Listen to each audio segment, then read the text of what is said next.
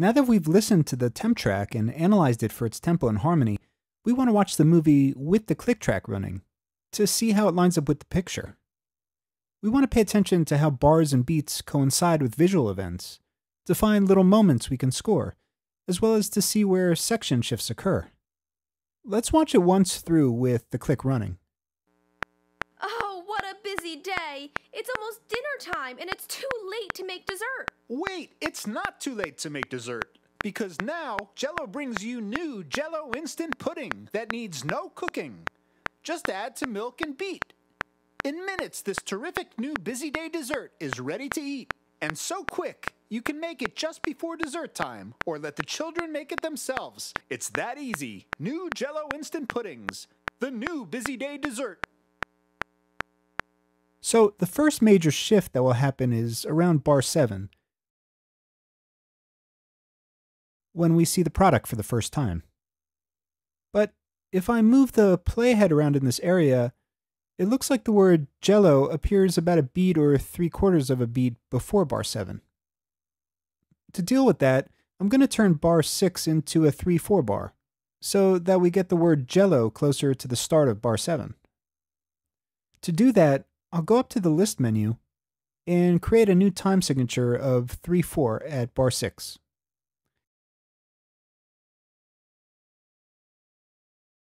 And then I'll set bar 7 back to 4/4, since this is where the main groove will start to play.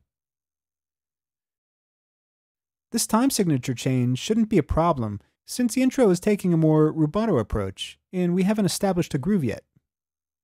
So now if I go back and play the track from bar 6, we should see the word Jell-O appear approximately at the start of bar 7. Because now, Jell-O brings you new Jell-O instant. I could adjust the tempo further so that Jell-O appears exactly on beat 1 of bar 7, but since the client said that they liked the tempo of the brief, I'm going to just get as close as I can. The video editor can still fine-tune some of the video timings later to the music if they want that kind of precision. We'll have to find a way to transition from the intro section into that groove at bar 7, but we'll come back to that later. The nice thing about this tempo is that the words new instant pudding and no cooking fall right on the beat, and those are moments we can score. I'll play it from bar 7 and notice how new instant pudding falls on beat 4 of bar 7, and no cooking falls on beat 4 of bar 8. Jell-O brings you new Jell-O instant pudding that needs no. I'll play it one more time if you missed it. Jell-O brings you new Jell-O instant pudding that needs no cooking. Those are perfect moments to create little musical accents for. I'm going to create markers for each of these sections to help us keep track of where the music needs to shift.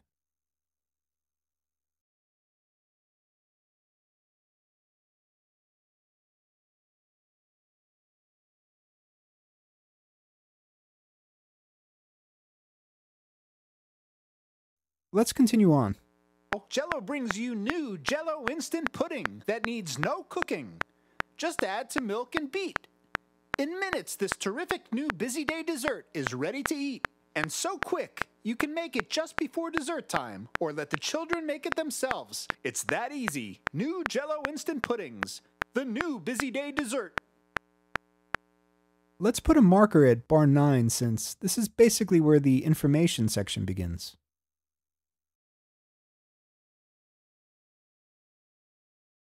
As you can see, the information section doesn't begin precisely at bar 9.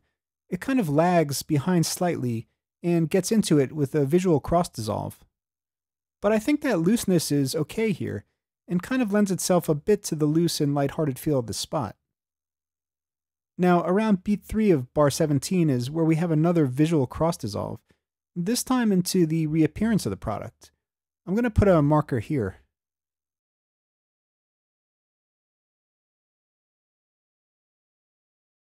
We'll put some kind of scoring element at beat 3 of bar 17 to accentuate the visual appearance of the product. I want to go back a couple of bars to bar 15 because that's where we're going to create a little bridge, so I'll add a marker there. If we do something different musically here, we can break from the repetition of our groove, and create a bit of a build-up so that the product makes an impact when we see it again around bar 17. In the next video, we'll put in the sound design elements for the intro and try to create a cacophonous type of feel to represent the mother's anxiety.